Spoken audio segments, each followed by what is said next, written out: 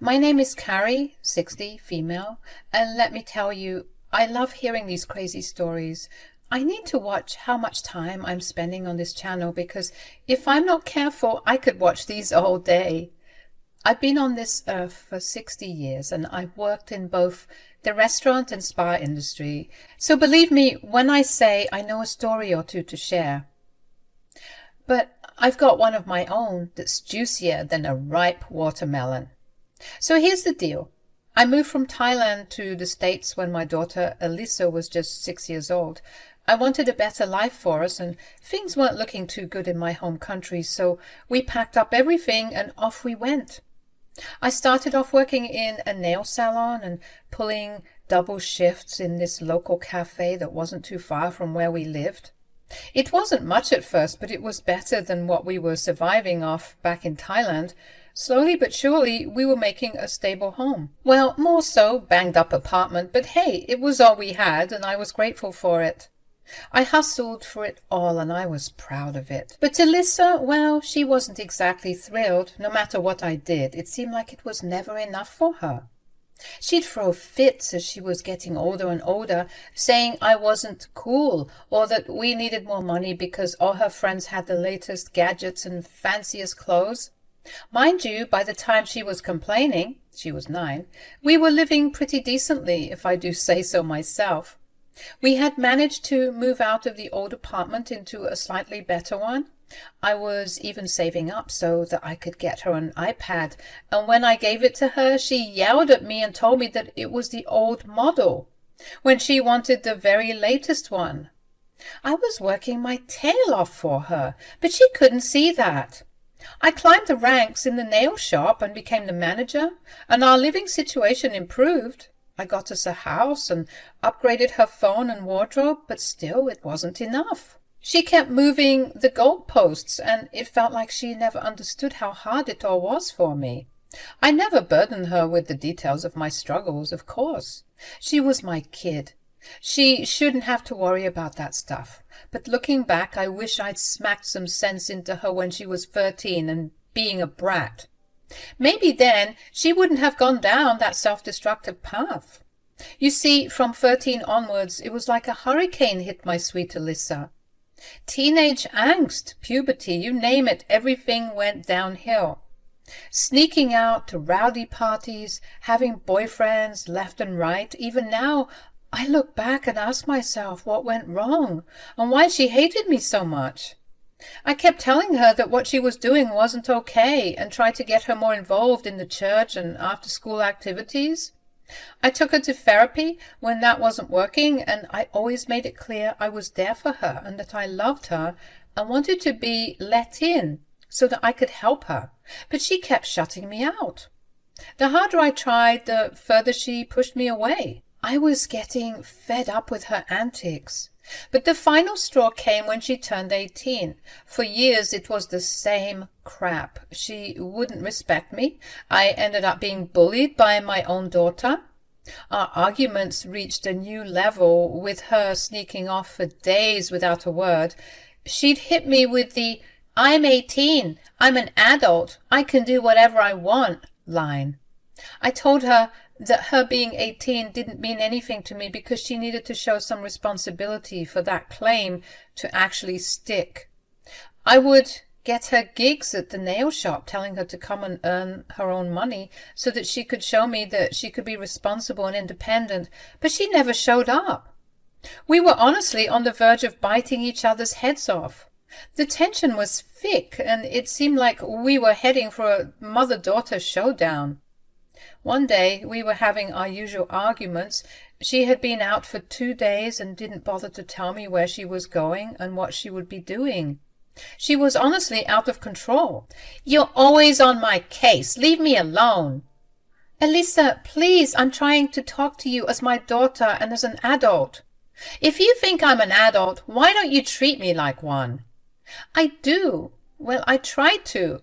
Is it so much to want just a text about where you'll be? I'm your mother. I worry about you." "All I do is worry about you." "Well, you don't have to. You're not the boss of me." "Alyssa, I'm not going to go back and forth with you right now. I want us to fix this. We need help." Please let me book another session with Dr. Raymond. We can be better. I don't want to fix anything with you. You've ruined my life. The argument was reaching its peak when suddenly Alyssa's face turned a bit green. Panic set in as she sprinted to the bathroom, and I followed. There she was, throwing up in the toilet. I held her hair back, rubbing her back, trying to figure out what was wrong. She seemed to be fine, and her temperature wasn't hot. As I was checking, she snapped at me, telling me to get out and to leave her alone. Giving her some privacy, I went outside, and 10 minutes later she came out, holding a pregnancy test that read positive. I didn't even know that she had those on deck. It was all so surprising. Of course, I can't lie. I was shocked and disappointed, but even with that in mind, I kept my emotions in check. Holding her as she cried, I reassured her that everything would be all right. Later that night, after the initial shock had settled, we sat down to talk. I needed to know who the father was, but she confessed she had no idea. It was a heavy conversation, but it was clear we needed to face this together. Alyssa, sit down. We need to talk about this calmly.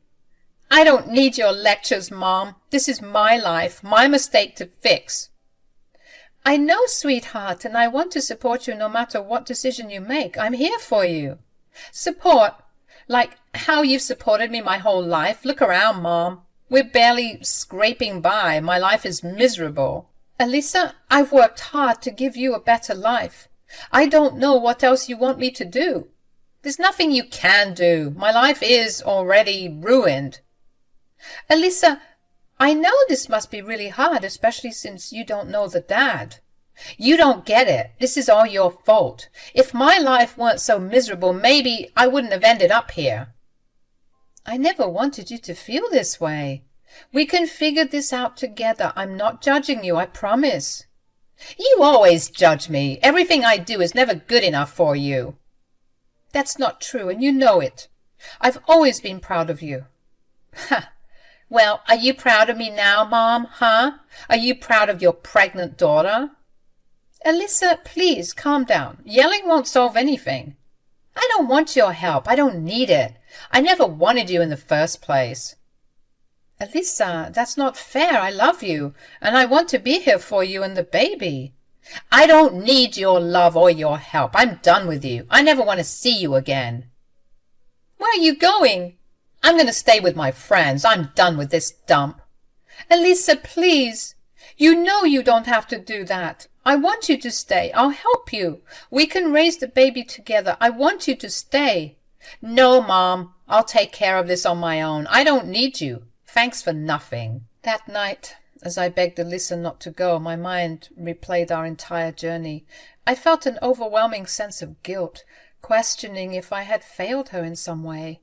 I tried my best, but clearly it wasn't enough. The weight of responsibility for her actions bore heavily on my shoulders. Expecting her to return after a week or so when her money would run out, which is something she often did, I waited and waited by the door, but nothing. Alyssa surprised me by remaining absent for months. I would call and text asking her about her and the baby, but she'd leave me on read.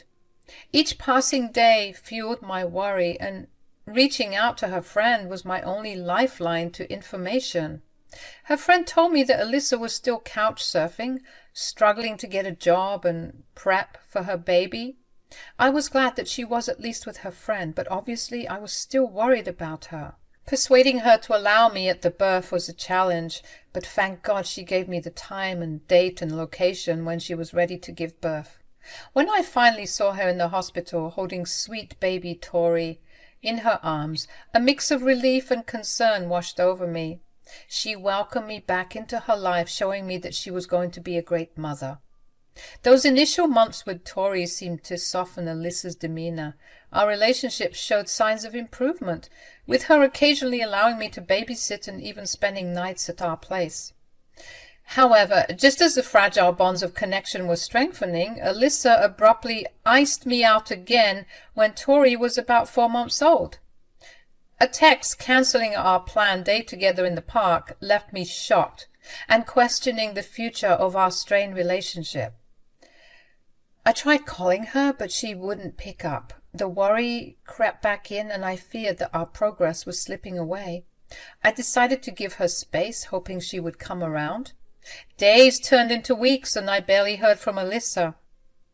It felt like history repeating itself. My calls and messages went unanswered. I was stuck in this limbo of uncertainty, not knowing what was happening in her life. Months went by, and I was getting more and more upset because I was completely left in the dark. On Tori's first birthday, I reluctantly made my way to her friend's place, and sure enough, there was my daughter acting like nothing was wrong. I'm not going to lie, I was pissed. She hadn't spoken to me and hadn't even invited me to the party. Who does that? Determined to address the strained relationship, I pulled her aside to have a serious conversation. She was about to start giving me the whole "I hate you" and "I hate my life" spiel, but I beat her to it. I made it clear that if she didn't want a relationship with me, that was her choice, and I had to respect that. However, I insisted on being a part of Tori's life. This unexpected assertiveness stunned her, and finally making her realize I was done with her crap. I pleaded for her to at least keep in touch for Tori's sake. Her response was unfortunately expected. Instead of a proper conversation, she started yelling, saying I needed to leave and that I would never see Tori again. Why do you insist on punishing me? I've given you what you want. The only communication we'll have will only be about Tori, I promise. I've done everything I could with you, and you're a grown woman, so make your own decisions.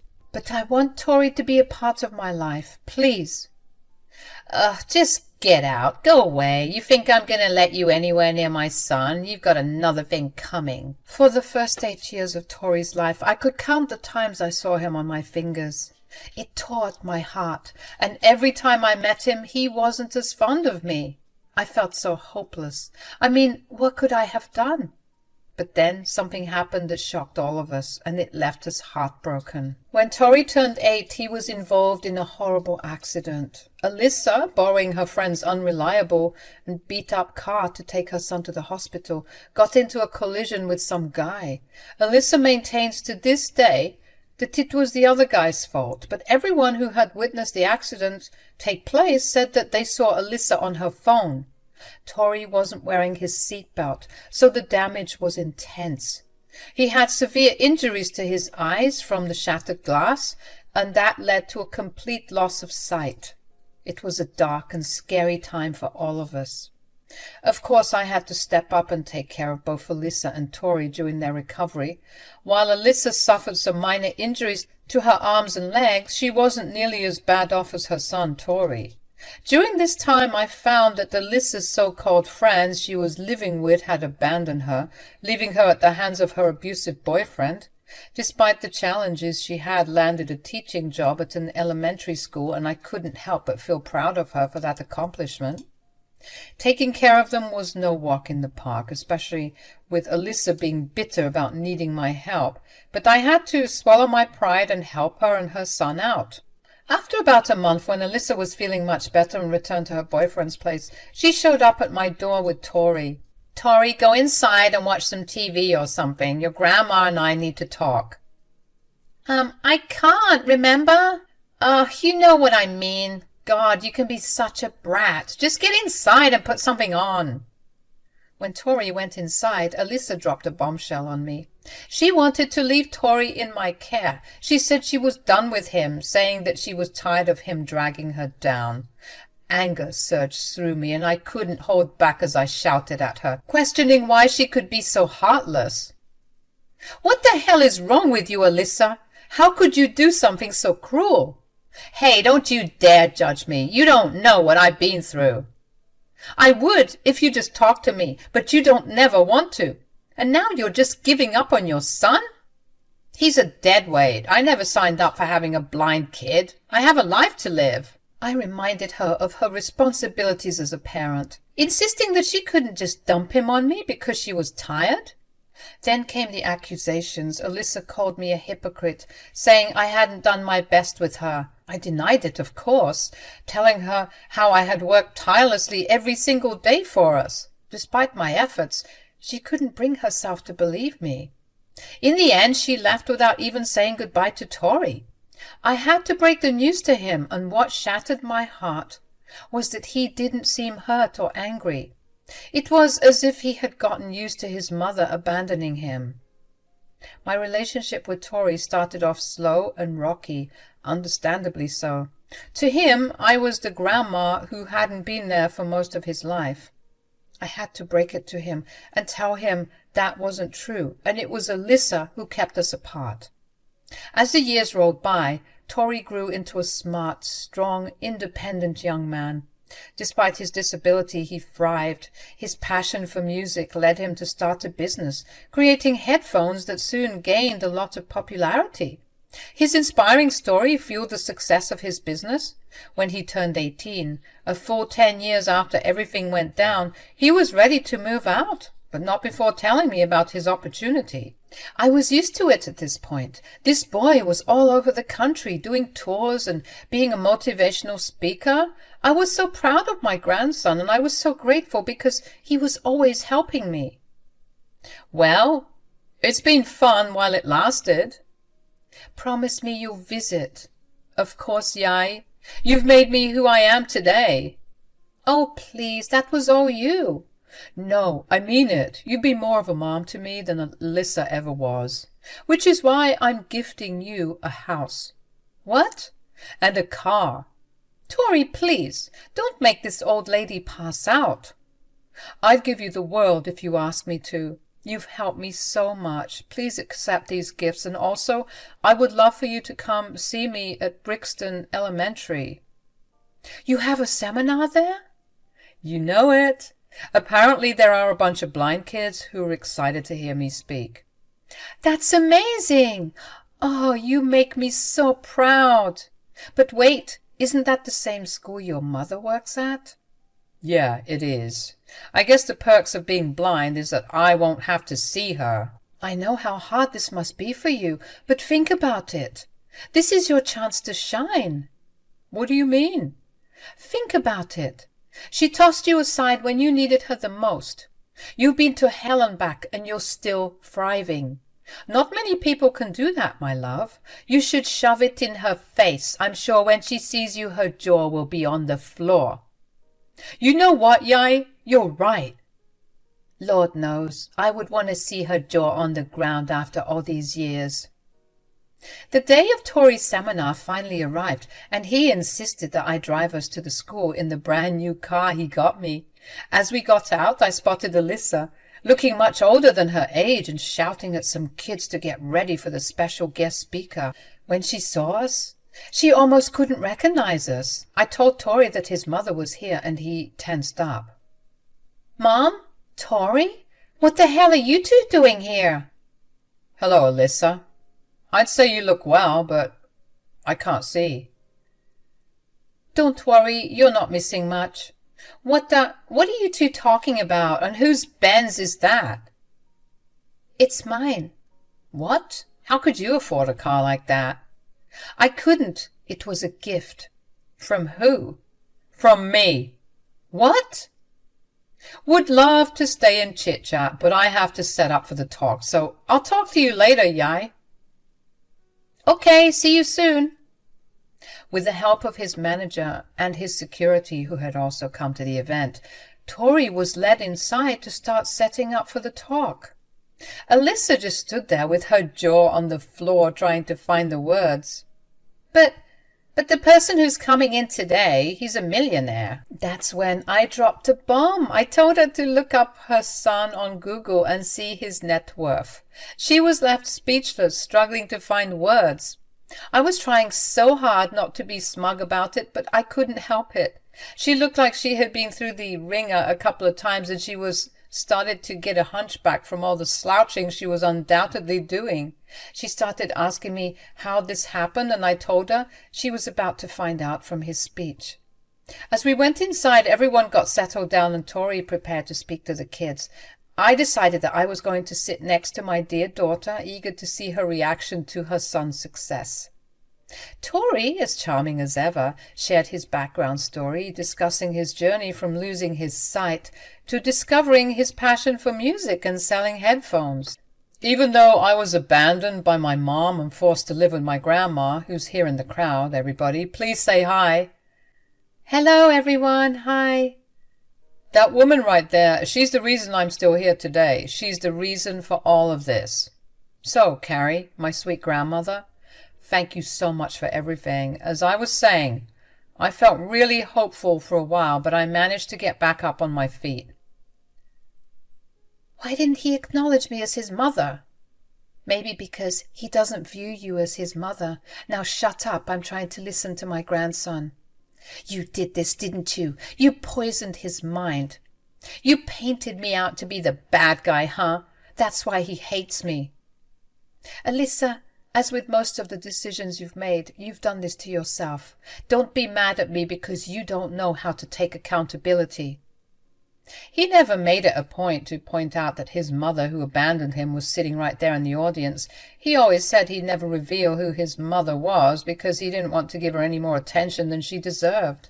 Tori kept talking about how he got to where he got, and Alyssa looked like she wanted to cry, repeatedly asking me how this all happened. I told her to shut up, but she just wouldn't quit. And when Tori finished his speech, the kids went wild, expressing how cool they found him. At the end of the assembly, he was being bombarded by kids who all wanted his autograph, and he was taking pictures with people. Alyssa stood there, shocked and embarrassed, and I couldn't resist telling her that she missed out big time. She looked at me like she wanted to murder me, and I knew she felt like complete crap for all the stuff she put me and Tori through. When Tori was finishing up with the kids and was ready to go, he came to me and Alyssa and said, "Okay, I think we're all done here. Can we go, Yai?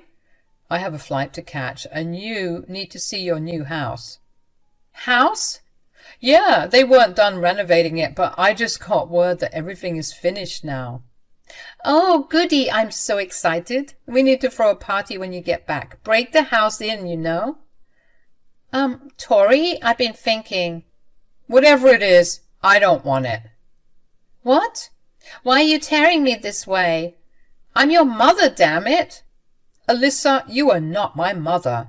Now please let us leave. We have important things to do. This stunned her into silence, and she started coughing and crying as we got into the car and headed home. I know it sounds awful to say as her mother, but karma is a B word. I bet she felt like complete crap.